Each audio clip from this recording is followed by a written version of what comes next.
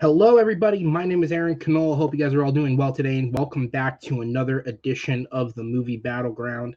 In this matchup, we are bringing some competitors back who haven't been here since last season to come into the Battleground. And one specifically, the first one that I'm going to talk to, made his debut at the tail end of last year, but we were unable to sort of get him that second match before the year turned.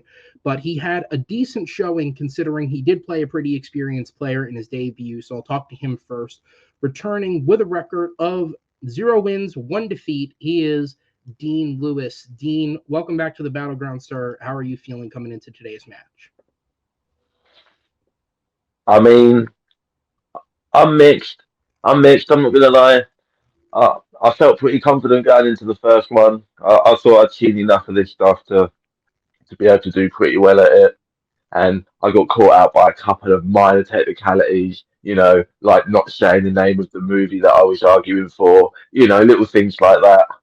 But coming into this one, I got a little bit more experience of being up with the pressure, but also, you know, so is my opponent. So Yeah, I guess it's just even Stevens, no matter who you are, who you play.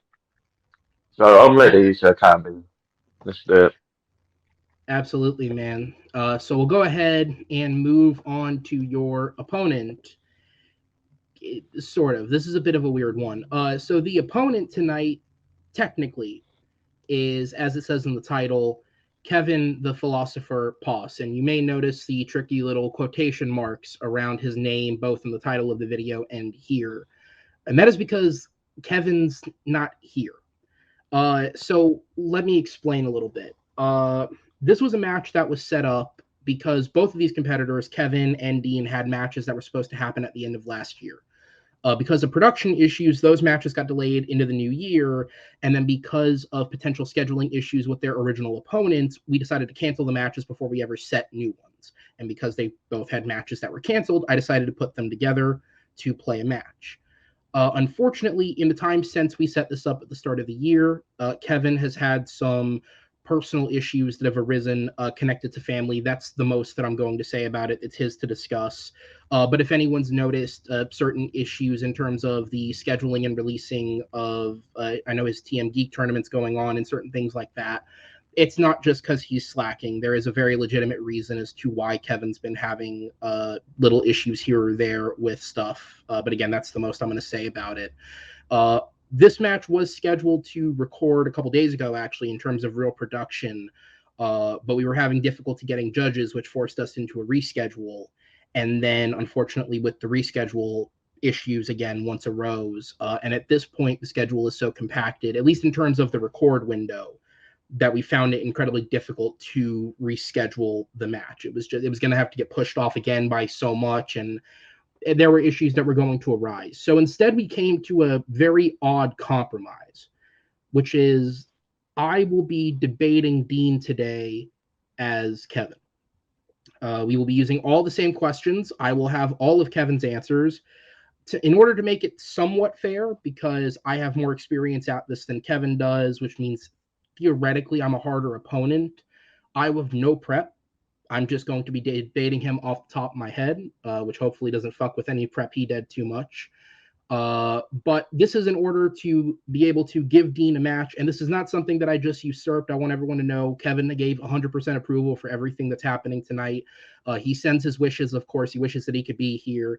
But as anyone who's worked with me behind the scenes, you guys know that life takes precedence to anything that we do online, and unfortunately, in this instance, it has to take precedence. So, Kevin, we wish you the best, man. We hope to have you back as soon as we possibly can as a competitor. With that said, we will be moving forward with myself filling the shoes of our bearded friend. With that said, let's go ahead and get into the rules of this debate. Movie Battleground is a game that will follow a best of 5 rounds. Every is a first to 3 points wins the match. Each round of debate is worth 1 point. If a competitor picks up the first 3 points in a row, that will be a victory by knockout. If a competitor or if we are both tied 2-2 at the end of 5 rounds, that will take us into the blind round. In terms of the first 4 rounds of debate, each question was given to the competitors ahead of time. Dean has had the chance to prep. I'll be doing my best. And I should say, I know I'm making it sound like I'm trying to guilt trip. The judges are all aware of the situation coming into this and have been told very, very forcibly to not judge me any lesser than they normally would. Because let's be real, I shouldn't totally suck, I hope. Anyway, 60 seconds. That's the hope, right? Otherwise, I'm going to look like a total ass by the end of this.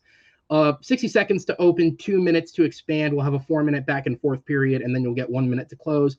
Backstage, we do have 3 judges in Jake, Stacy, and Dawn. They will join us on screen at the end, at which point they will make the decision on who gets the point. With all of that weird explanation out of the way, Dean, sir, welcome back. I'm glad to at least finally get you here for a second match, no matter how it came about. Yeah, I'm ready.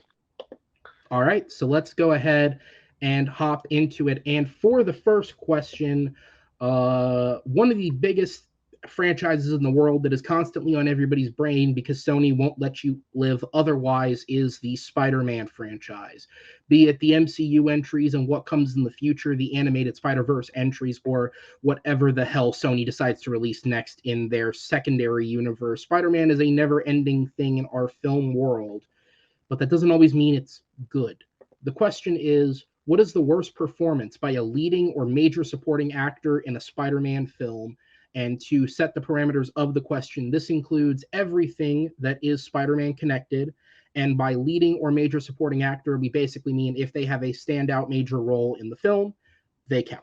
And obviously, there's lots of ways to define that, but that is generally what we are talking about. So in terms of the setup for the match, Kevin was the favorite of the match. He chose to go first on questions 2 and 4, which means, Dean, you will get to go first here on question number 1. So I'm going to go ahead and bring in the timer for you. Wish you the best of luck, sir. And that timer will start ticking when you begin speaking. Okay, so it's a pretty general consensus that the worst Spider-Man movie is The Amazing Spider-Man 2. And one of the worst parts of that movie, in a lot of people's opinion, is the goofy, weird, crazy performance by Jamie Foxx. So that's why for this answer, I'm choosing Jamie Foxx in Spider-Man No Way Home because it's boring as fuck. He's literally got no purpose in that entire movie. He's just there for, to be a number. He's a statistic, and he has no character arc in that movie whatsoever, and it's just completely superfluous. And that's my answer. Okay, I'll take that as time on the opening round. That is time. All right. Okay, so for the answer that I'll be debating today, I have Tom Hardy as Eddie Brock / Venom, specifically in the first Venom film. Here's the thing about Venom. When you look at the character in the comics, he is one of the most menacing characters. He's a dangerous character. He's a character that on the page you could legitimately fear. And I think that following Topher Grace's, I'll say, middling performance in the third Spider-Man film, when people heard that Tom Hardy was being cast as Venom, they thought they were finally getting what everybody wanted out of this character. And instead, we got Tom Hardy doing a Laurel and Hardy routine as this character. He is just tripping and stumbling and bumbling through this entire film. He's got a stutter like he's a crack cocaine addict. And it just takes away from the film. Sure, it's dumb enough that you could enjoy it potentially, but it's not good. All right, so we'll go ahead into the 2-minute section. Dean, back over to you. That's absolutely ridiculous. It's performance. Jamie Foxx, there is no performance. Tom Hardy carries that entire movie, which made almost $1 billion, you know, and this isn't in the age of, big actors being able to carry a big movie to make that kind of money. Look at something like Black Adam, where even the biggest movie star couldn't get a reasonably well known superhero property over the line in that way. And Tom Hardy, like I say, got that thing to nearly $1 billion, and it's pretty divisive. It's not the best movie in the world. I personally really like it. I think it's a perfect throwback to like, weird like 90s action movies and comics and stuff. It's got like that face off Spawn kind of, craziness to it. And that's perfect. You think he's gonna do just play it like a boring, straight up, like musclehead, you know, jock kind of guy. And he comes in, he's got these layers, he's like insecure, he's sweating all the time, he's nervous, you know, he he's just he's got parts missing to him. He's not fully developed yet, and we get to go on the journey of seeing him, deal with this horrible thing, and so he reacts in horrible ways. And I thought he embodied that perfectly. So as opposed to Jamie Foxx, who embodies nothing in this movie, he's literally just Jamie Foxx. And I'm not going to get into it now. I'll save it for the end because there's the worst line delivery of all time comes from this man. But it's all right, everyone, because at least he's yellow instead of blue. Whoop de doo. End time. All right. Um, okay, so I'm not going to disagree with you and say that Jamie Foxx isn't just playing Jamie Foxx in Spider-Man No Way Home. In fact, I think that assessment is pretty correct. That character was pretty much changed to just be Jamie Foxx doing himself. But that said, as you alluded to in your opening, his performance in Amazing Spider-Man 2, while more of a performance, was horrendous. The character was this really weird, like not just nerdy, but like obsessively compulsive, kind of stalkery.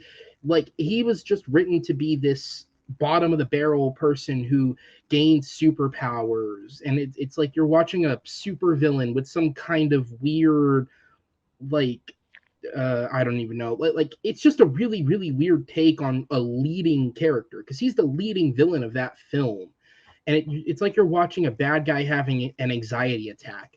At the very least, Jamie Foxx playing himself in Spider-Man No Way Home brings slightly more entertainment value to the film than I think him being that weird neurotic version of the character would have. I'm not going to say it's good writing, but that has nothing to do with the performance. That's the decision of the writers to allow the character to go that direction. And for what it's worth, I do think it makes the film slightly more entertaining. I would much rather have Jamie Foxx crack a one-liner and a smile than Max Dillon over there. You need to get out of here. I need to get Spider-Man. Like I'd rather have one over the other.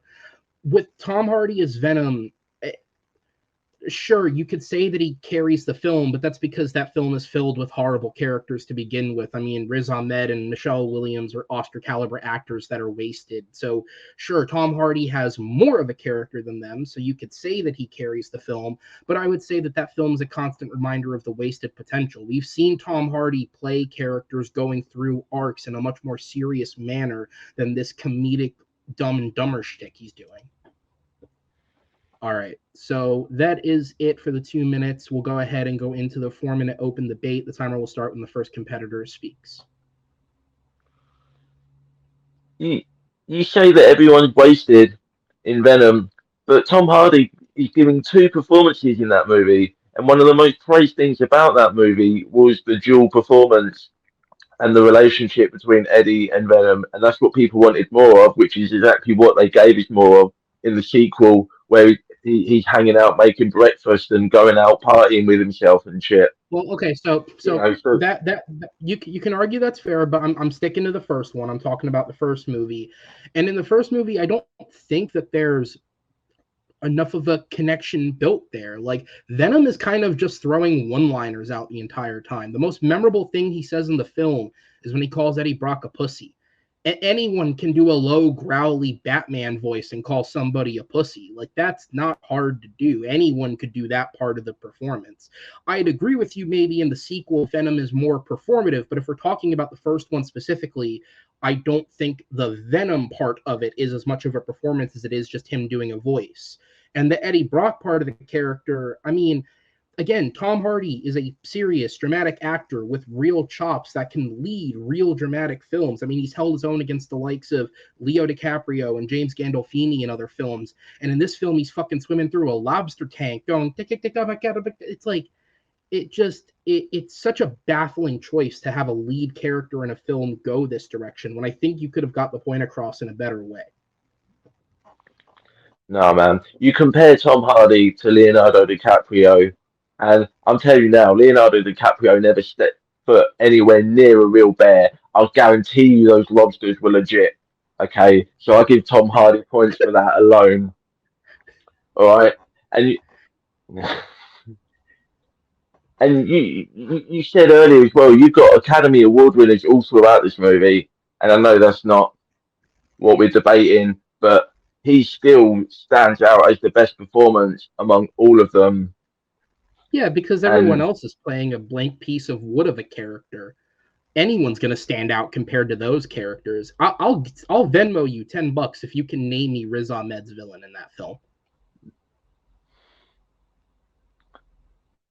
what the dude's actual name, I have Yeah, no but idea. exactly. But I don't want to waste our time. But that's exactly my point. Is the other characters in that film are blank pieces of wood. Hardy could do anything and he would stand out compared to them. That doesn't mean he's necessarily good. It just means he stands out. But I want to take it yeah, I over think to. Well, I was just going to say I want to go to Electro because could you genuinely defend the performance that he gave in Amazing Spider-Man 2 over what he brings in No Way Home? yeah. I'll go out on a limb. I say that The Amazing Spider-Man 2 is up with the best Spider-Man movies. It's the most akin to reading an actual Spider-Man comic out of all of them. You know, where it's got all these like disparate, different like threads and characters that all kind of, interweave. Excuse the pun. And they kind of did different things with some of the characters. They took them off in different directions than people expected. Exactly like what they did with Venom. And I think it again. All those performances really, really work in within their own storyline sort of purposes in the movies that they're in. So I would put that miles and miles ahead of anything that Jamie Foxx is doing in No Way Home. He's just not doing any. He's just not making any effort whatsoever. I hate to see an actor who's getting paid so much money to just look bored and name drop a black Spider-Man, which was just the most obligatory Easter egg ever. Time. All right, so we'll move into the final minute. Dean, you are back up first when you begin speaking. So yeah, to go on from my previous point, he's literally there to just serve such a pointless function. That movie could have just been Doc Ock and Green Goblin and been fine. And again, that's not the argument. But he's just so. At least the Lizard was like the comedic value, and Thomas Hayden Church brought some like, some kind of pathos and a little bit of a different flavour. And then you just get Jamie Foxx, you know, when he's not playing golf or whatever he's doing, flavour. Like he looks like they just painted his eyes over his eyelids. He's just sleepwalking through that whole movie, and it that was it. It was just a waste. Tom Hardy was working, he was sweating, he was shaking, he was making it with a weird alien, and it was glorious. Inside.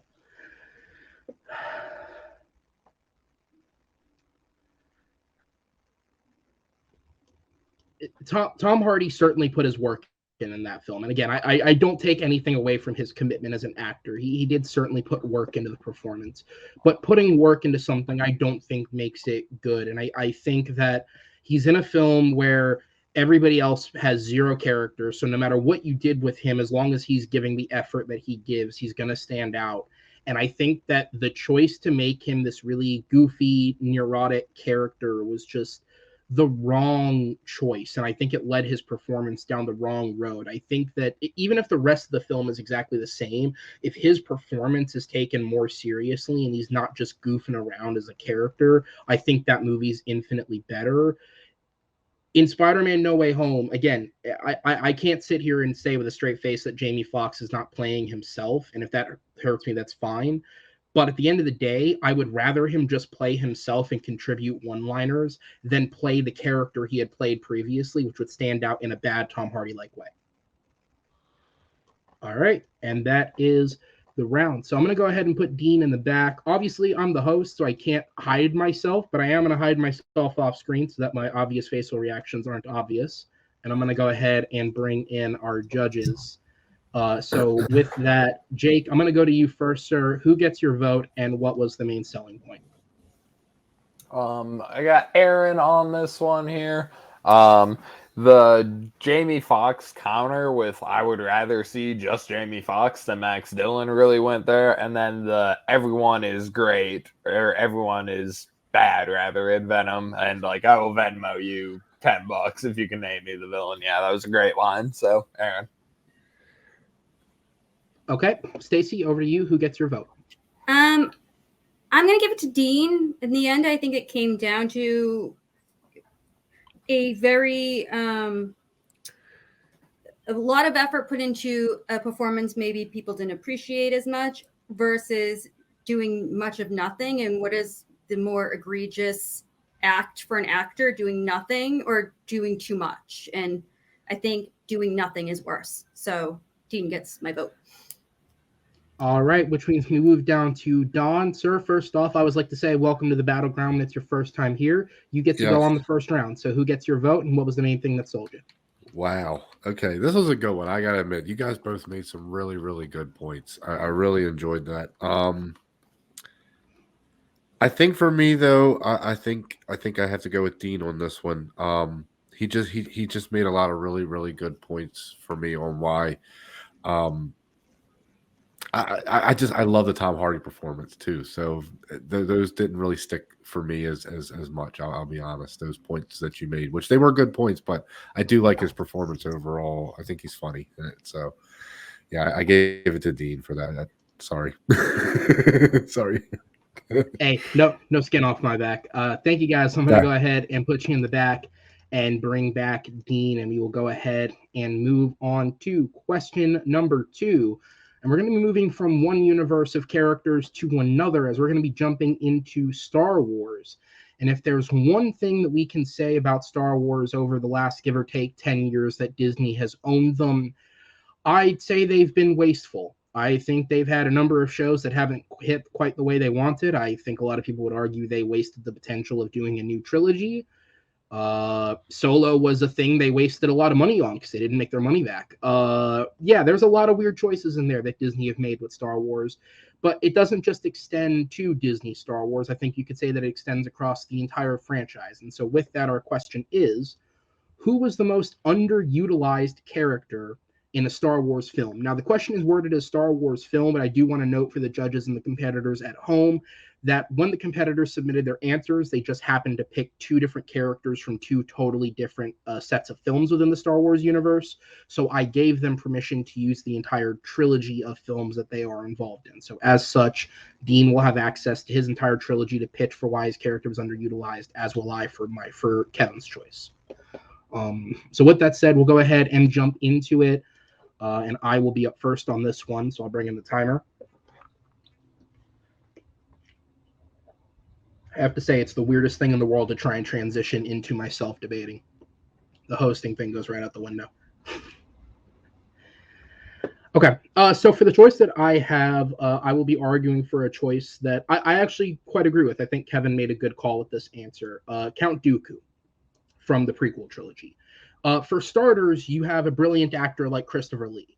And as we saw with something like the Lord of the Rings films and then bringing him back for the Hobbit films, when you have an actor of this caliber, of this greatness, you want to use him. You want him to be a part of your films. And especially because the more, like, going outside of the films, when you look more into the Star Wars lore, you realize that Count Dooku's character had ties to the likes of Qui-Gon Jinn in the prequels and Master Yoda and the Jedi Council, and all of this is kind of rarely explained in the films, and he's kind of just a secondary bad guy for 2 films straight. And I think I think that is a waste of Christopher Lee's talent, and I think that's a waste of a character who's really complex, because at the end of the day, Count Dooku is the prototype to Anakin Skywalker. He's the character that fell first, and I think you could have done more with him in a better written series of films. All right, so we'll go ahead and move over to yourself, Dean. 1 minute on the clock when you're ready. Okay, so you want to talk underutilized? Somebody who got to fight in 2 movies. You want to talk underutilized? I want to talk to you about a little person called Maz Kanata in The Last Jedi, mainly. I don't even remember if she's in the 3rd one, but here's a character played by an actress who at the time was really hotly tipped as this big, massive up-and-comer back in 2012 when they kind of started casting for this for The Force Awakens. And lo and behold, since then, she has been turned into a huge star. She's got some great stuff, with Black Panther and her stuff with Jordan Peele, and she's barely in those second 2 movies.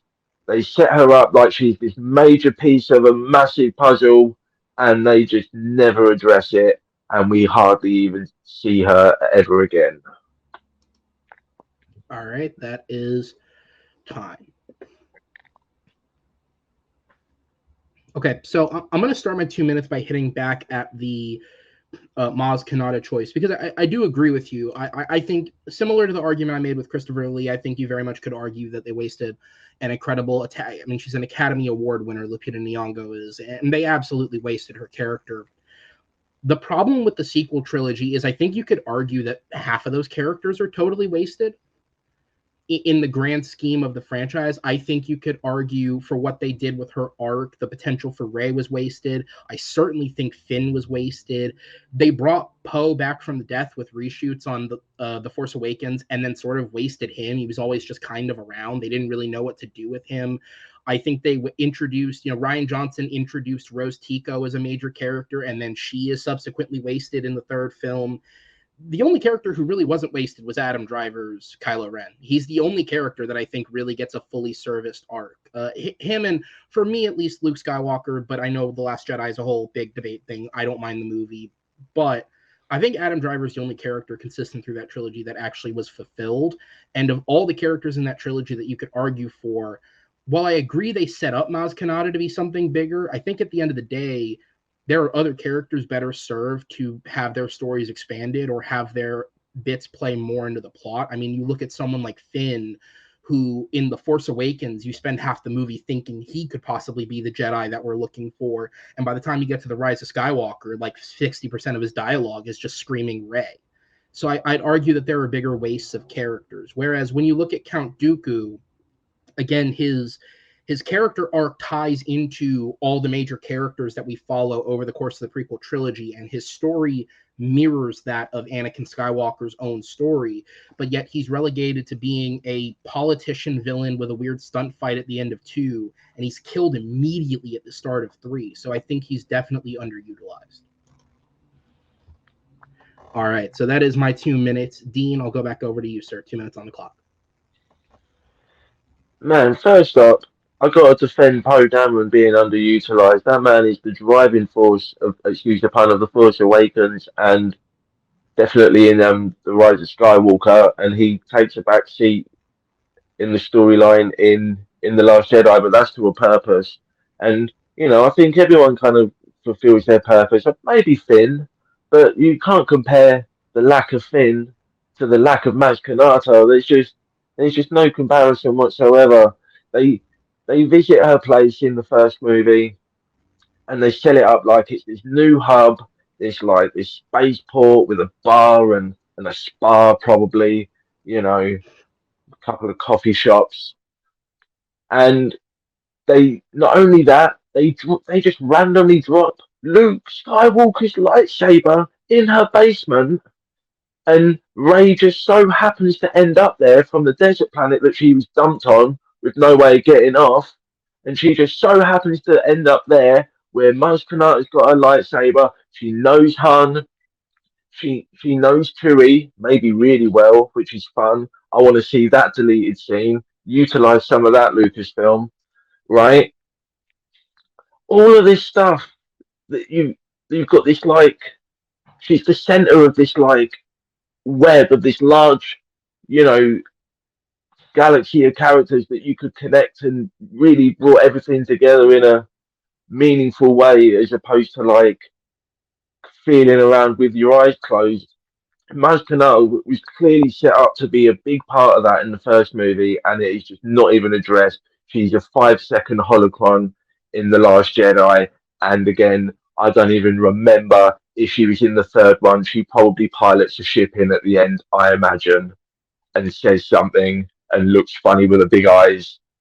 Great design, by the way, really cool alien. All right. So we'll go ahead and go into the 4-minute open discussion. All right, so I'm going to kick this off just because I want to throw more defense at Count Dooku and sort of explain out what I was getting at there. So Count Dooku, when you dive into more of the character that was established, he was the direct Padawan of Yoda. He was the teacher of Qui-Gon Jinn, and arguably is the one that sort of set the standard for the gray morals that character follows. He clearly has an established relationship with Obi-Wan when they meet in the second film.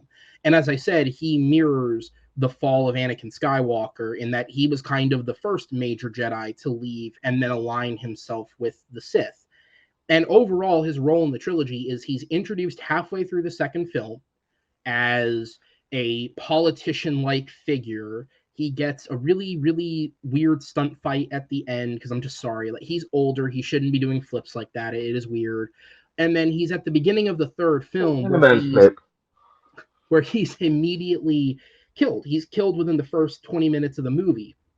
And the reason I think where I could argue he's underutilized is I would just have him be in the whole trilogy, explore the character more. Sure, Darth Maul looks cool. Sure, General Grievous looks cool. But as characters, they provide fucking nothing for the films that they're in. I think the trilogy would be served better if you had Dooku fill the role of Maul, have Dooku fill the role of Grievous, because how much more would it mean if Dooku is the one that kills Qui-Gon? How much more would it mean if Obi-Wan is then the one that kills Dooku in that fight on the planet?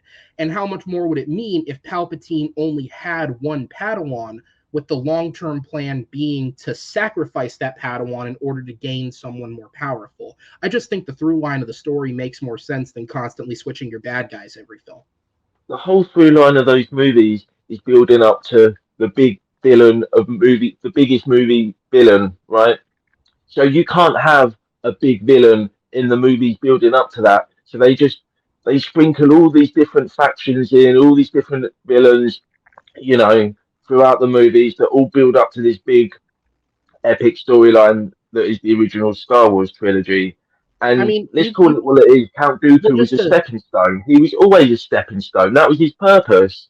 He was to get us tide us over from Darth Maul to Darth Sidious and Darth Vader. They needed something in there, and they made a character that you could go back and flesh out really well and do some really cool stuff. Maz Kanata's got the kind of character that you're going to do, adventures with, but she was a link to the future, whereas Count Dooku is a link to the past.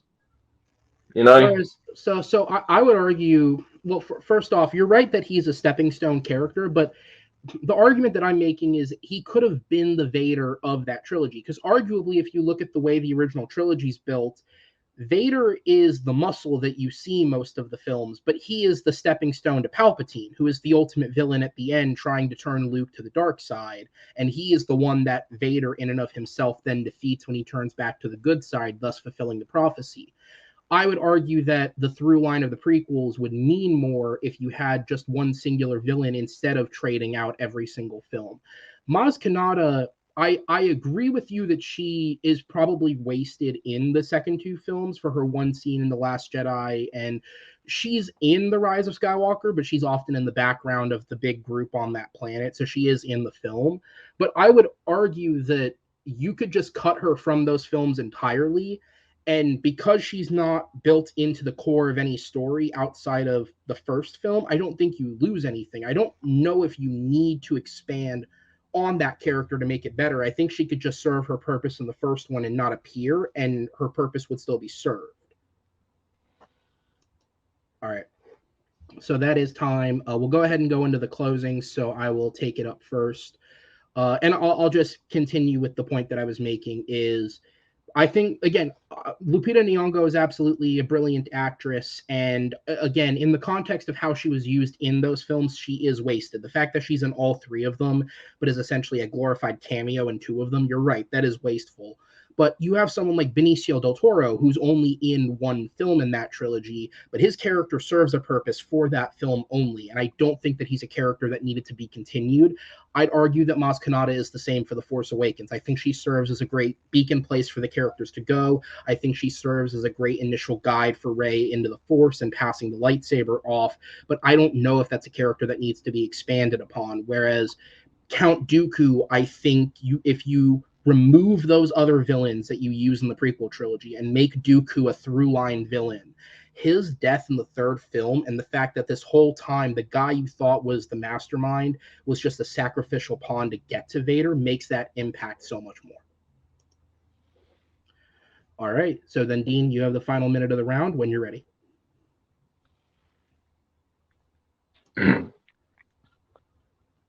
I mean, first of all, Count Dooku getting killed at the beginning of Revenge of the Sith, that's awesome. Who's expecting to see somebody get their head cut off by a lightsaber in the first 10 minutes of a Star Wars movie? That never happens. And as for Maz Kanata, you said it yourself, Benicio del Toro's character served a purpose in the movie that he was in and was only in one movie, but at least he served his purpose. Maz Kanata had unlimited purposes potentially, and they didn't serve through on even one of them, which I just think is a far bigger letdown as opposed to a character who we got some rich, he played a part of some rich politics between those two movies that really kind of tied together not only, the drama, but also the action. And that's why you had Christopher Lee. We've got enough Christopher Lee. We've had enough Christopher Lee. It's Christopher Lee. You got him. And time. Rest in peace, Christopher Lee. Exactly. All right. I'm going to go ahead and put ourselves in the vac, and I'll bring the judges on screen. And Stacy, we will go to you first this time around. So who gets your vote, and what was the major selling point? Well, my vote is going to go to you, Aaron. I just think I heard a lot more about what could have been done with Count Dooku and why Maz Kanata, served her purpose. And there's always a need for more Christopher Lee. That was the nail in the coffin. You don't say we don't need more Christopher Lee. Fair. All right, Don, over to you. Same question. Yeah, I'm going with you on this one too. I think where you got me was just saying that pretty much everybody in the sequel trilogy is wasted, and she's not even the biggest character that's wasted. And your point about him being the through line of the prequel trilogy would have been a better way to go. So I think those 2 points won me over on that. Yeah. All right, judges, thank you guys so much. I'll go ahead and put you in the back, and we will go ahead and move on to question number 3. And technically, I guess we'll be moving from one universe to another universe once again, because we're moving to our universe, which is currently owned by James fucking Cameron. This man owns the world. He now has 3 of the 4 highest grossing films of all time. Literally the only thing that can penetrate his box office success was the culmination of a 22 film series. Think about that. This man has achieved all sorts of successes in the horror genre, in the action genre, in the comedy genre to some extent. But that also means he has been subject to huge criticism because he is the guy that is theoretically the king of the world. And so, on the heels of The Way of Water's massive success and Titanic recently receiving a re release in theaters, the question is, what is James Cameron's most overrated film? And I will give everybody at home to take 2 seconds and a shot of alcohol to guess what the fuck we would have picked, right? I mean, come on. I think I got one, he's got the other. Actually, that may not go the way it goes because technically there's. Anyway, Dean, you're up first this time around, so the time starts when you begin speaking. Yeah, I reckon there's pretty much only two answers to this question, and we got them. Now listen, they all make money. We can't sit here and say that these are like badly made or badly received because obviously the man makes money. But when you want to say about the most overrated, it's one that made the most money until its sequel, and that's Avatar. This, I mean, we've all heard it. This is probably the answer, really. This is the, or at least up until recently, this would have been the public opinion answer, and now kind of everyone's come around on Avatar again. Which good for Avatar. He's still built on appropriation of not only other pop culture but cultures themselves as well. We've all heard it. It's Dances with Wolves. It's Pocahontas. It's shit. Avatar. In time. I think you forgot a Fern Gully in there as well. Let's not forget that one. All right, so yeah, as Dean said, I made the joke. He made the joke. There's two answers for this. It's incredibly obvious. I went with Terminator 2. No, I'm kidding. Titanic. Look, at the end of the day, and again, I'm not going to sit here as well and say that either of these are bad movies. I think they're both fine movies. Excuse me. Titanic was the first film to ever gross $2 billion, which is insane to think about. And in the context of that, it's still insane because it happened in the 90s where franchises were things that took full effect. Like it's not like this happened in the 70s before franchises were really a thing. In franchise Hollywood, James Cameron made a film that is good, that was massively successful to the point where I think by the metrics of its success, it is overrated. And I realize that it sounds like I just said a whole bunch of nothing, and that's because I'm going to need another 2 minutes to think about how to expand on that. Dean, back over to you, man. You got 2 minutes on the clock, sir. Here's the thing about Titanic. The movie itself has been on something of a voyage in the last 2 decades plus now since it came out. Is it 99, 2000, whatever? Maybe even earlier. No? It doesn't matter. 97. This is what I'm saying. So Princess Di died. It was a rough year, right?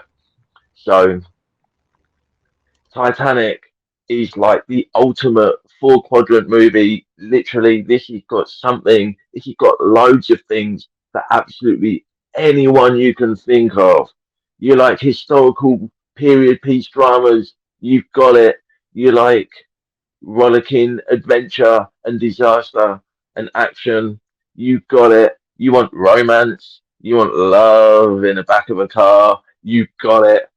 This movie has intrigue. It's got flashbacks with Bill Paxton and a boat and a submarine with cameras on it. Some of this stuff, I'm pretty sure is real footage of Under the Sea where Sebastian lives, right?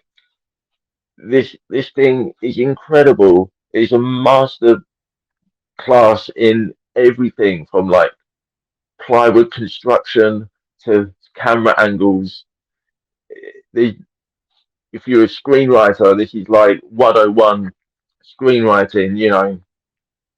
There's nothing wrong with this movie. All the performances, you've got the biggest actors of the time. It still holds up. We're still doing, screenings of this thing all the time. Everyone loves Titanic now. There was a time when it was cool to hate it, but not anymore. We're back, just like Avatar took 20 years to come back. The love for Titanic has eventually come back.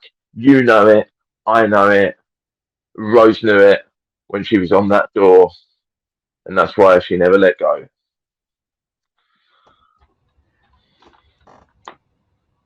Peace. All right. Well, for starters, maybe in her heart she never let go, but physically she did absolutely let go. Leo drowned like a bitch. That's how that movie ends. Okay, so all right.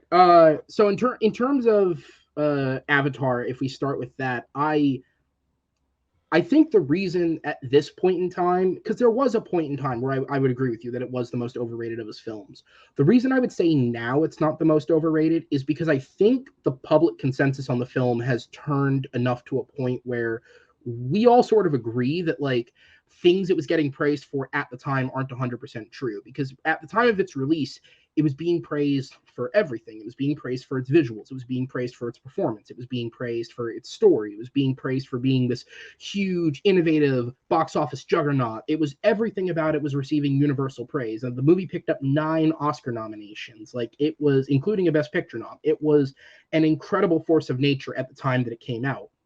Since then, though, nobody's clamoring for Sam Worthington. And that's not to say he's a bad actor, but it's to say I think we all kind of realized that he wasn't doing anything special in this film.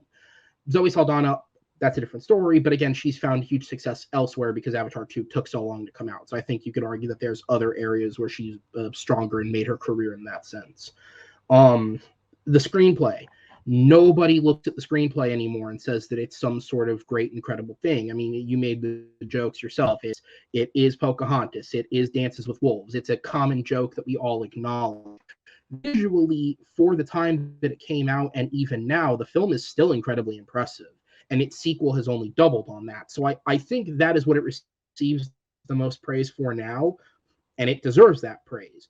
Titanic is still looked at as an all-time classic. The movie won Best Picture, but at the end of the day, I'd argue that Titanic is impressive because of its visual tricks and because of things like the cinematography more than it is the story itself.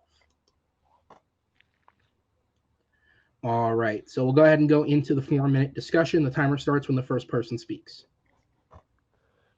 First of all, I never got around to addressing your thing with the box office. Avatar was extremely fortuitous in that it kind of was at the beginning of this like rising wave of like increased movie going, and also added that with the 3D and all of that stuff, and people just needed it. I think it was just the right place, right time kind of situation. I think any movie in 3D probably would have had pretty much the same effect.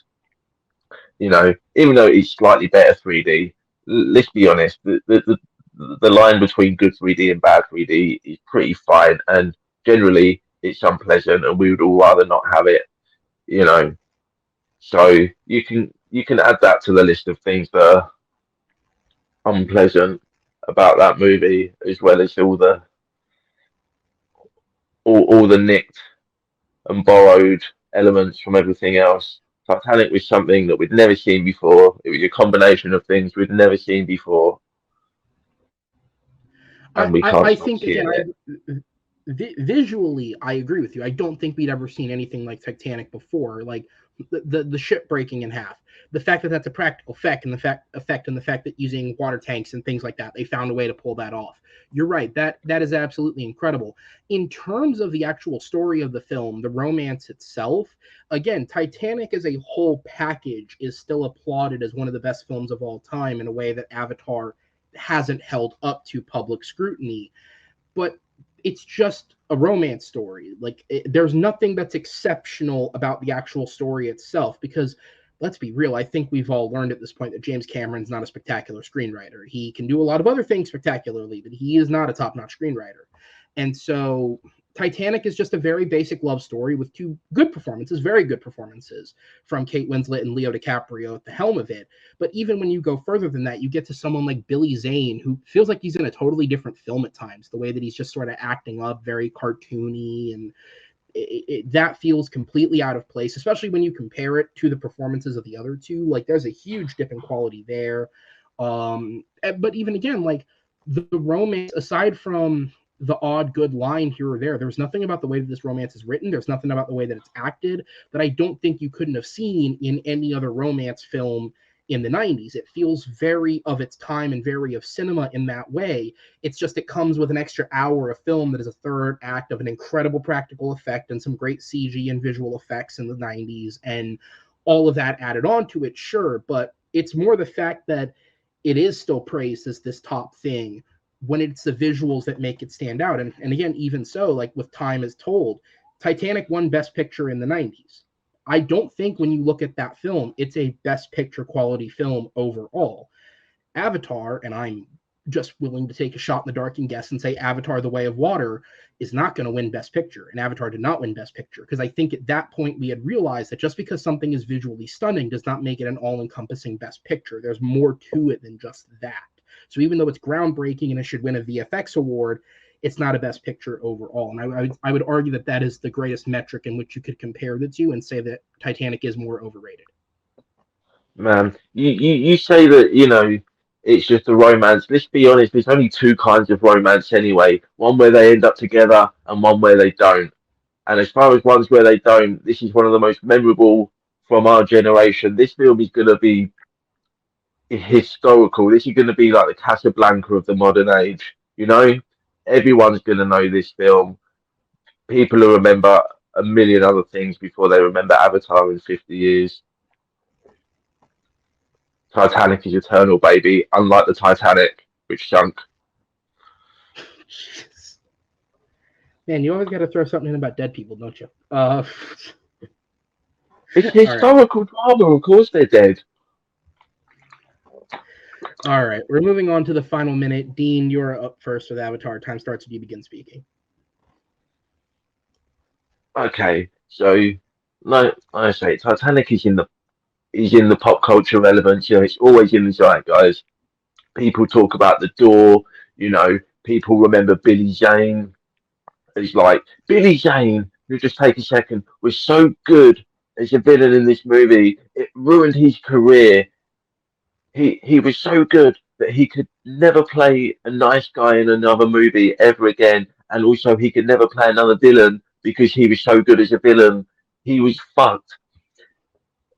Everyone remembers that character. Everyone remembers the coat and the necklace and the drawing, and the spitting and the Irish dancing.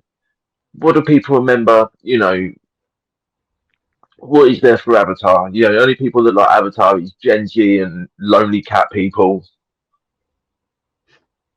Time. You can keep the other 7 seconds. Okay. All right. That'll be time.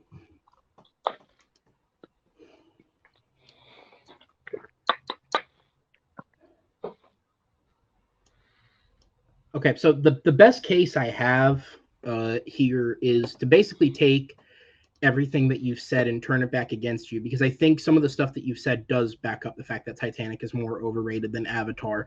Avatar made marginally more than Titanic, because both made well over $2 billion. Only a handful of films have ever done that. And you're right, Avatar had a wave of increased movie going. Avatar had limited competition. Avatar had 3D sales. Titanic had none of that, and it still made just as much money as Avatar made. When you look at the Academy Awards, Titanic is one of 3 films to win 11 Academy Awards, the most won by any film of all time. I believe it's also the most nominated film of all time, or tied for it with 14 nominations. Avatar had 9 nominations, it won 3. Titanic won Best Picture, Avatar did not. I think at the end of the day, by most metrics you could use to measure overrated, Titanic as a whole is still looked at as a great film, when I think it's nothing more than a good romance with great visual effects, whereas Avatar is applauded for its visual effects. The movie itself is not. All right. That will be time. Dean, another great round, sir. I'm going to go ahead and put ourselves in the back and bring the judges in for their decisions.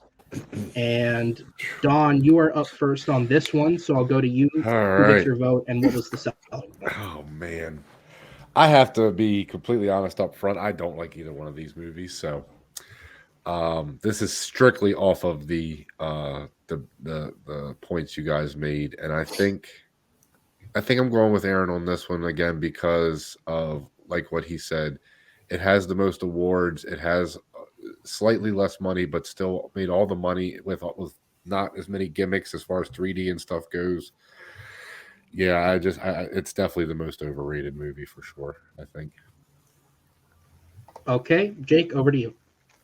I also have you on this one, Aaron.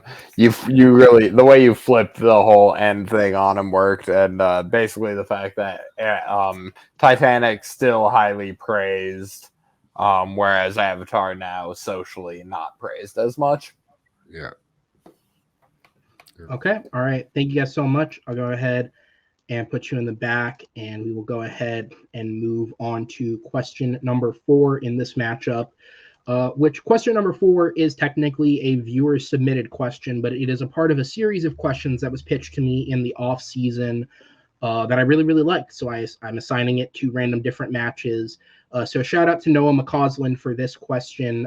It is, what is the best year in film of the 1970s? So he pitched the idea of giving different matches, decade by decade breakdowns. What was the best year? So we are doing the 70s in this matchup. We had 10 years to choose from. We each picked a year. And again, preemptively, I'm going to say I think we picked yourself and Kevin. I'm not taking any fucking credit for the answer. Pick the 2 best options. So let's go ahead and get into it. And I will go first on this one. And I'll start with if there's one film from the 70s, one film above the rest that anyone remembers nowadays, it is Star Wars. And so for that reason to stand, 1977 would immediately be an answer that would be up in somebody's mind when you're talking about the best year in film. And so obviously there's a number of other films which I'd rather use the 2 minutes to go into. But again, I want to start with the fact that 1977 was the year that Star Wars came out. And when that is your foundation, that's what you're building your year off of. Star Wars was a seminal project for Hollywood. It was the film that continued the boosting and popularization of the blockbuster cinema, which now dominates the world today. It established a franchise that still makes millions of dollars to this day between movies, shows, merchandise. It is still a huge moneymaker. And it changed cinema. It changed the way that people look at visual effects in films and sci-fi and what you can do with a story on screen. All right, Dean, back over to you for your opening minute, sir. Just because it's the first thing you think of when you think of films in the 70s, that does not make it the best year of the 70s. Okay, if I say think of fast food, you're probably going to think of McDonald's first. That does not make it the best fast food at all. And I do think it's quite appropriate to compare Star Wars to McDonald's for the purposes of my argument. 1974 is 1977 is like the advancement of cinema, but 1974 is like built the foundations of cinema. Everything that was kind of like developed in the later 70s and now in pop culture was really cemented. A lot of the core building blocks of movies and Hollywood itself. Literally, we had movies in this year about the actual literal foundations of Hollywood itself, and I'm talking about Chinatown. All right. Okay, so to continue building on 1977, as I said, I spent the whole opening minute on it. Star Wars came out. It's a foundational part of modern Hollywood. It inspired all the major blockbusters. And I also think in Hollywood, at the very least, Star Wars was one of the first major projects that you could point to things that it was influenced by and see how it innovated and changed those things. And I guess it's funny because I just was talking about Avatar, but I think that is a point in modern cinema where nowadays there's a lot of influence in modern films from older films. And I think Star Wars was one of the first ones where you could really look at it and see what it had pulled from other projects and show how it innovated. In terms of other films that came out in 1977, the James Bond franchise released The Spy Who Loved Me, which I'd argue is probably the best Roger Moore Bond film. It's also one of the best Bond films of all time. Roger Moore is obviously a James Bond who developed into weird debauchery, but this was the pinnacle of his time. This was the era where I think he got the closest to the seriousness that Connery brought to the role. And I'd argue it is his best one. Spielberg also had Close Encounters of the Third Kind come out in 1977, which is a classic film from him, again, following his Jaws in 75. It's a building of the blockbuster franchise. And I believe this was one of the first, obviously he played a supporting role in Jaws, but I believe this is one of the first starring roles of Richard Dreyfuss, who would go on to be one of the big leading actors through the 80s, even into the 90s as he got older. If you want to look at drama, Saturday Night Fever came out in 1977, really introducing and establishing John Travolta in the world. And also the Bee Gees through the music from 1977, if that does anything for anyone. Also, if you want to look at comedy, 1977 had Smokey and the Bandit, which I think, in terms of comedy, was one of the first comedies to focus on the southern U.S., and I think it was one of the first films to make the southern U.S. more than just a pit stop joke, and it fleshed out those characters really well. All right, back over to you.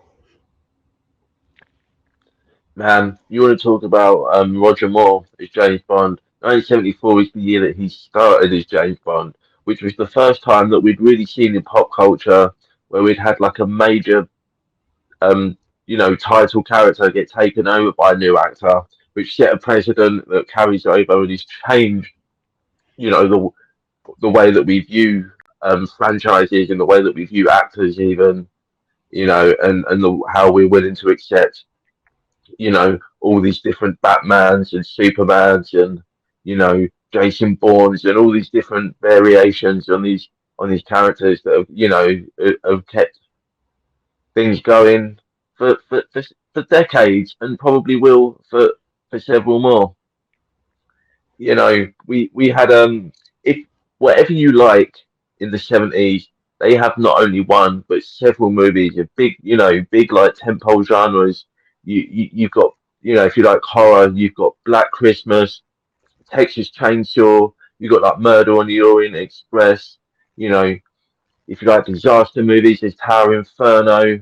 You've got Airport 1975 and Earthquake. There's all crazy stuff from 1974 that 1974 had Werner Herzog doing stuff. John Carpenter was did Dark Star, which is kind of like the beginning of his rise in his career. Godzilla versus Mechagodzilla came out in 1974. What more do you need than Godzilla versus Mechagodzilla? I'm just going to say it one more time: Godzilla versus Mechagodzilla in 1974. You want sci-fi and bombastic action? It don't get crazier than that. We've all seen Star Wars. How many people have seen Godzilla versus Mechagodzilla? And time. All right, so we'll go into the 4-minute open discussion. I would argue that you're right. Everyone has seen Star Wars, and nobody has seen Godzilla versus Mechagodzilla except Movie Battleground's Alan Shepard, who argues Godzilla in every one of his matches. And there's a reason for that. I mean, you're right. 1974 does have a lot of great films. I think every year in film has a lot of great films. At this point, we're basically just arguing, we could sit here and keep trading blows and keep naming films all night in terms of what were good films that came out in our year. But I think in terms of impact on cinema and moving forward, well, I agree with you that 74 has a lot of great options in multiple genres. And as you said, in terms of holding impact outside of anything that was franchised, like the horror films were, or Airplane was made a few years later following Airplane 1975, outside of anything that was really franchised or continued from that year, I don't think anything had the lasting impact of a Star Wars from 1977. And maybe it's a mistake to hinge my argument on one film, but I don't think there's anything in 1974, as good as that year was and as many great films as there were, and I don't even think you've mentioned some of the best ones yet, that had the impact on cinema and revolutionized things in the way that Star Wars did. I mean, we talked about Avatar in the last film. being at a boom and people are going to the cinema. I think Star Wars created one of the first big booms that drawed people into the cinemas. It was a box office success like the world had never seen before. And it revolutionized Hollywood to actually innovate and do all the ideas that all these great directors had coming up through the 70s. Oh man, don't worry. I was going to mention The Godfather Part Two. I was getting round to that. There was The Godfather Part Two, and like I previously did mention, Chinatown. Two of the most referenced films as far as filmmaking and Hollywood itself and the whole structure and everything like that goes. A lot of that stuff comes from those movies. And yeah, you've literally only mentioned one movie from your whole year. What's the matter? I Are you mentioned a few scared to more. mention The Exorcist 2? You know, what else did your year have? Close Encounters, the most overrated, boring, nothing science fiction movie ever. Just some lights at the end. You know, so that and Star Wars basically cancel each other out as far as like good quality Okay. content and No, advancement for hold on. the medium. That's fucking ridiculous. If you don't like Close Encounters of the Third Kind, that's absolutely fine. I get it. Trust me. I have younger siblings. They don't like older films. That's totally cool. To say that Close Encounters is bad enough that it cancels out everything that Star Wars did is just an utterly ridiculous statement because it's just simply not true. And even if You had Herbie Goes to Monte Carlo. What'd you say? Herbie Goes to Monte Carlo. That's in your year. That counts as out Star Wars 10 times. I'm sure, as I said, both of these years have incredible films. I'm sure they both have shit films as well. You know what I mean? Pick any year in cinema, and there are great films and shit films. You know what I mean? 2019 had Ford v Ferrari and Jojo Rabbit, and it also had Jeremy Renner in Arctic Dog. So, like, there's bottom and top in every single year. I haven't looked up every film in 1974, so I don't know what the bad ones are offhand. But at the end of the day, I would say, in terms of impact on Hollywood, and there are other films. I mean, I stayed away from it because the guy's a fucking creep. But Annie Hall was a revolutionary film that came out in 1977. It also won Best Picture that year alongside Star Wars, which was nominated for the award. Like, there are great films in every single year, but I argue that in terms of impact, no one film affected Hollywood more than Star Wars, and that sets it just above the rest. All right, so that'll be time. So I'll go straight into my closing. I don't know if I have much else to say, truthfully. Like I said, I don't have a long list of what came out in each year, so I'm sure if I did Google, I could find bad films from 1974 as well. I mean, shout out to Herbie. That was a franchise early on. They got a film in 77. Good for them. Look, at the end of the day, I guess the crux of my argument would be 1977 had as many great films just as 1974 did. You named more than I did. That's true. I'll totally give you that.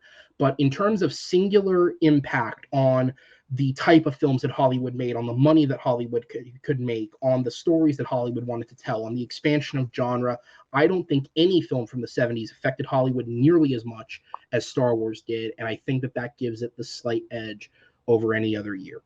And I'll just go ahead and give up my time. Try and bump that timer forward. Okay. Dean, you have one last minute left when ready.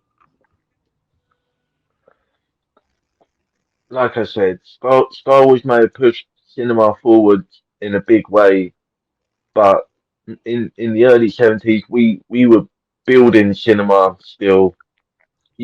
Apart from westerns and like romantic comedies, and like the B movie horrors and stuff like that. We really hadn't had anything like what we started getting in 1974. Real high budget, high production, serious, mysteries and thrillers and noirs, and really on a big scale. Massive sets and location shoots, car chases. We're doing all this kind of stuff that is just everything's is built off of that. Absolutely everything. Star Wars, it was not the first movie to use big effects. It wasn't the first movie to use models. It wasn't the first science fiction movie. Godfather 2.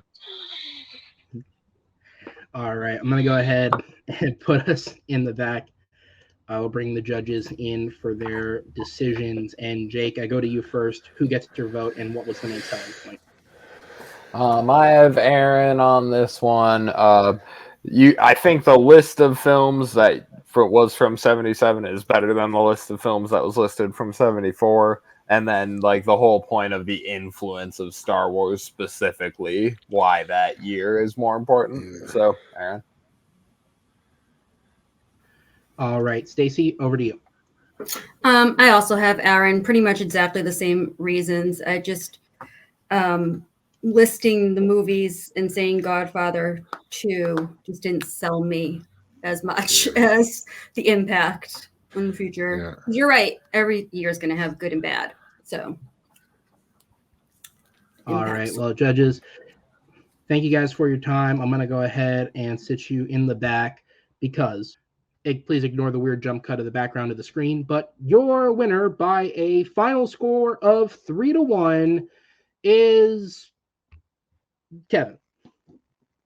Technically, it's me, but per the records and the way that everything was agreed to, it is Kevin who gets the win here. So he is now 3-3 with a knockout. Again, this was a very, very odd situation. That aside, Kevin, I wish you all the best, man. I hope that you're doing, you and your family are doing okay. Anybody, if you message Kevin for anything at all, be sure to send him a message of love as well. But that is how he decided to shake it out. So he is going to get the win and go to 3-3 with a knockout. I'm not going to bother interviewing myself because that might be the most ego-inflated thing that I've ever done. So I'm going to go ahead and bring Dean in. And look, it's obviously the circumstances around this match shaked out very, very weird. I do want to give you a commendation because I always appreciate when someone is willing to roll with the punches, so to speak, and you've been great during both the previous match that never went and this match. And I hate that somebody who's new to the league has had to deal with these types of things. But with that said, I still think you put in a great performance today. We already said behind the scenes, I honestly think you probably should have won that Titanic question as well, the Cameron one, but it shook out the way it did. So how are you feeling? Yeah, no, not too great. I want to speak to the person in charge, you know. Hey, baby, I'm No, all it's good. fine. No, it's fine. Like I say, due to some moving about with the schedule and stuff, I was a little bit kind of readjusting, kind of. It was almost like playing my first one again, kind of. But I'm gonna go back and I want to watch that first round a couple of times and see if there was something I was doing differently on that one and how I was saying things. Um, Maybe it's just because I know Spider-Man so well. I don't know. But I want to kind of go back and check that out and maybe I can learn something and come back and use that and hopefully, flip it round and be 3-1 the other way, no matter who I play, So I'll definitely be coming back. Yeah, absolutely, man. And I'm glad, as I said, anyone who's ever dealt with me as a producer, I hate when situations arise because at the end of the day, you always have to put the other person, you have to put the real world situation first. But and I always say to people, it's like the selfish producer side of my brain is like there's an inevitable effect that it has on the show and the other person involved. And again, I can't say more enough that I appreciate you with kind of rolling with the punches and the way that everything's shaken down. Certainly a longer layover between matches than I would have liked to have for any player. But I'm glad you're still into it. I'm glad we're going to have you back in the near future, and I do look forward to it, sir. I thought you did a good job tonight with some of those arguments, so I will see you. Watch out. Then. All right. So that is that, guys. Again, a very, very weird edition of the Movie Battleground tonight, but I appreciate you for sticking with us. Again, send love to Kevin. Send thanks for Dean. I want to thank my judges as well, Jake, Dawn, and Stacy, for being here tonight. I want to thank all of you for watching. Please be sure to rate the videos, subscribe to the channel, interact, and stick around for more Movie Battlegrounds as we have new matches coming every single week. And with that said, guys, on behalf of everyone here, my name is Aaron Knoll. And we'll see you next time on the Movie Battleground. Take care, everybody.